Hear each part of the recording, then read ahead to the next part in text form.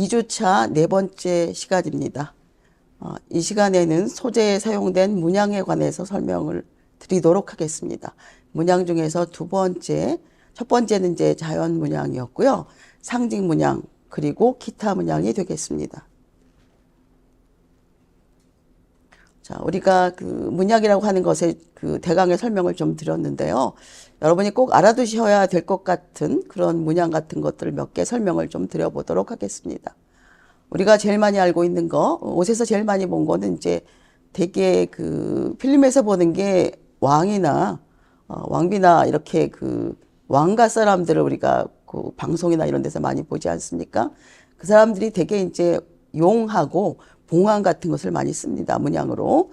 그래서 용의 경우는 아까 말씀을 드렸던 것처럼 그 국가를 수호하는 그런 상징입니다.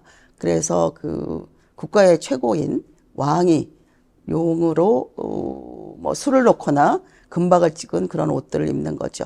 그리고 용의 경우는 주로 물하고 하늘하고를 왔다 갔다 할 수 있는 조금 보통의 그 동물, 상상의 동물이지만 보통의 동물하고는 좀 다른 굉장히 이제 뛰어난 그 역할을 할 수 있는 그런 그 상상의 동물이 바로 용입니다.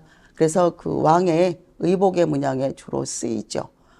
용하고 봉황의 경우는 왕실 아니면 쓸 수 없는 문양이다. 다시 한번 말씀을 드리죠. 용과 봉황은 로얄 패밀리의 문양입니다. 못 써요. 다른 사람들은. 그래서 그 용의 경우는 구름하고 물결, 그러니까 사실 하늘하고 바다까지 이렇게 왔다 갔다, 물까지 왔다 갔다 할 수 있다고 말씀을 드렸기 때문에 하늘과 물을 동시에 다스리는 능력까지 있다는 굉장히 중요한 상상 속의 동물입니다. 용을 얘기를 굉장히 많이 하지만 실제로는 용을 본 사람은 없죠. 왜냐하면 이제 상상에만 있는 동물이기 때문입니다. 제가 듣기로는 서양에도 용이 있는데 서양의 용은 길상의 의미, 좋은 의미가 아니라 굉장히 그 부정적인 의미로 용의 문양이 쓰인다.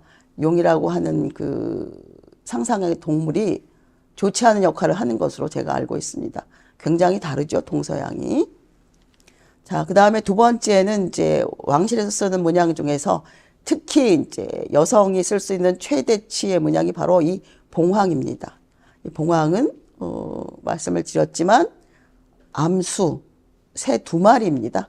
그래서 우리가 봉황하면 한 마리라고 생각하는데 봉황이라고 하는 그 새는 각각 암컷과 수컷이지만 각각의 몸이 여러 가지 조합으로 되어 있습니다. 뭐 예를 들면 머리는 닭이고 목은 뱀이고 뭐 이런 식으로 해서 어차피 상상이니까요. 그렇게 해서 만들어진 상상 속의 문양입니다.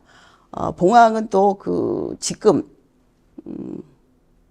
우리나라 청와대의 상징이기도 하죠.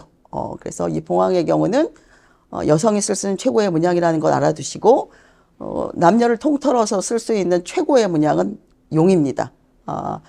어쨌든 둘 다 아무나 쓸 수는 없다. 다시 한번 말씀을 드리고 봉황이라는 게 굉장히 중요하다고 느끼는 이유는 굉장히 절실한 이유가 있습니다. 왜냐하면 태평성대가 오기 전에 반드시 출현하는 그런 동물이 봉황이라고 합니다.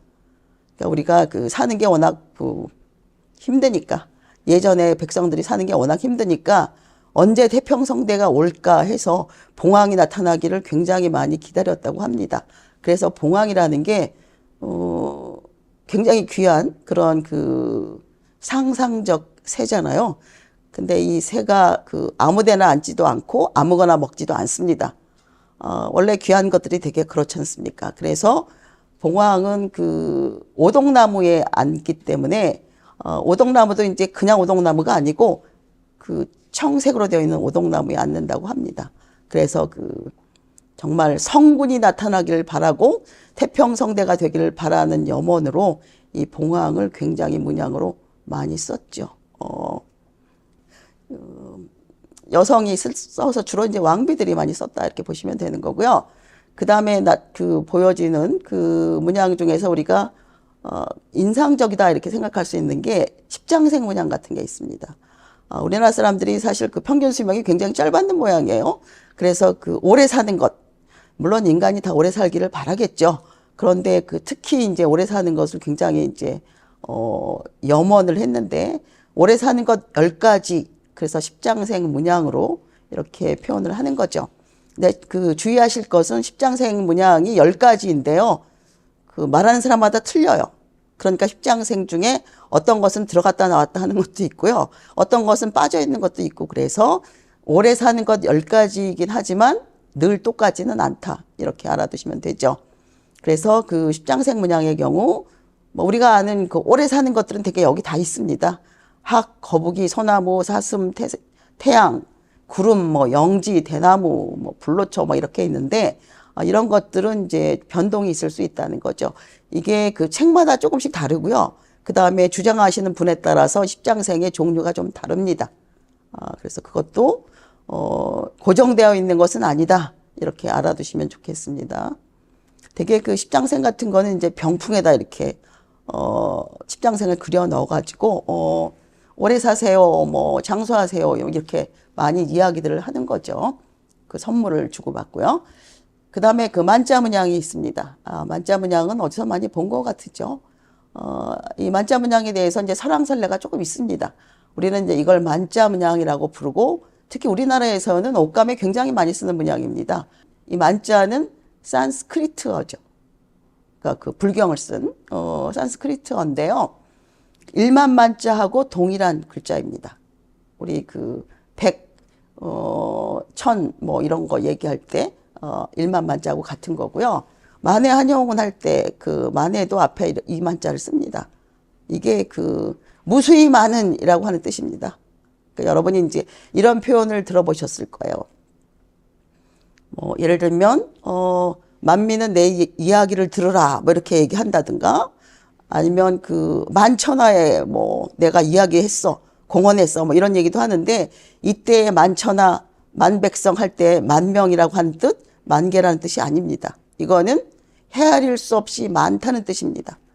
그러니까 정말 그 긍정적인 것을 최대로 많이 모은다는 뜻이라고 보시면 되겠죠. 그래서 길상수목을 모은다는 의미가 있습니다. 이 만자에는 1만 만자하고 동일하다 이렇게 말씀을 드릴 수 있고요.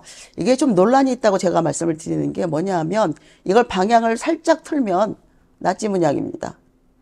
그래서 우리가 이제 우리는 뭐 그런가 보다 이렇게 생각하지만 실제로 이제 서양 사람들의 경우는 이 나찌문양을 질겁을 하지 않습니까? 그런데 이 문양은 이제 이렇게 해석하는 견해가 있습니다. 어떻게 해석하느냐 하면 십자가 문양의 변형이라는 거죠. 그래서 인간이 생각해낼 수 있는 자연 발생적인 문양이다. 우리는 특히 이제 뭐 불교하고 이렇게 연결시켜가지고 이렇게 이해를 하고 있지만 실제로는 그 서양의 문화권에도 이 1만 만자 혹은 이제 후에는 이제 나치가 쓰기도 했지만 이 문양은 자연 발생적인 문양으로 일찍이부터 보이고 있습니다. 서양에도. 그러니까 그 말이 맞지 않을까, 그 옳은 얘기가 아닐까 생각하고 있습니다. 인간이 생각해낼 수 있는 자연스러운 문양. 그래서 가로 세로가 만나는 것을 우리가 십자가라고 부른다면 그걸 약간 변형을 시키면 저런 모양이 되는 거거든요. 그래서 그런 견해도 있다. 그런 이론도 있다는 것을 말씀을 드립니다. 그리고 이제 행복의 상징이죠. 팔괘. 그래서 이 팔괘 문양, 우리 이제 많이들 이렇게 보고 있는 건데 우주 생성의 원리를 담고 있는 문양이다. 이렇게 되어 있고요. 행복을 상징하는 그런 부호입니다. 팔괘. 자, 그 다음에 그 쓰는 문양에서는 이제 글자 그대로를 그 문양으로 사용하는 경우도 있죠. 직접적이고 굉장히 효과적인 거죠. 제일 많이 쓰는 게 이제 뭐 목숨 숫자하고 복복자 이런 거 많이 보셨을 거예요. 그 다음에 뭐 기쁠 희자라든가 이런 것도 있고요. 그 다음에 세 글자도 있고 뭐 이렇게 돼 있습니다. 그 다음에 뭐 버그마자도 있고 이런 것들이 이제 형상적으로도 굉장히 디자인적이라고 해야 되나요? 미적인 감각도 있어 보이고요. 뭐 그 버그마자 같은 경우요. 그리고 그 뜻도 굉장히 그 길한 뜻을 가지고 있기 때문에 많이들 쓰는 문자 문양입니다. 이건 문자 그대로 쓰는 거고요. 길상 문양이라는 거는 이제 그 문자 문양이 조금 더 변화를 일으키는 겁니다. 그래서 문자 문양을 두고 그 겉에다가 뭐 테두리 같은 것을 만드는 거죠. 그래서 그 겉을 이렇게 한 번 더 싸서 도한화 시킨 거, 이것이 길상 문양입니다. 굉장히 많이 쓰고 있죠. 그래서 우리 그 일상적으로 옷감에도 문자 문양 그대로 쓰는 경우도 있지만 실제로는 길상 문양을 만들어서 도안화시켜서 그 문양으로 많이 쓰고 있습니다. 지금까지 2주차 네 번째 시간이었습니다.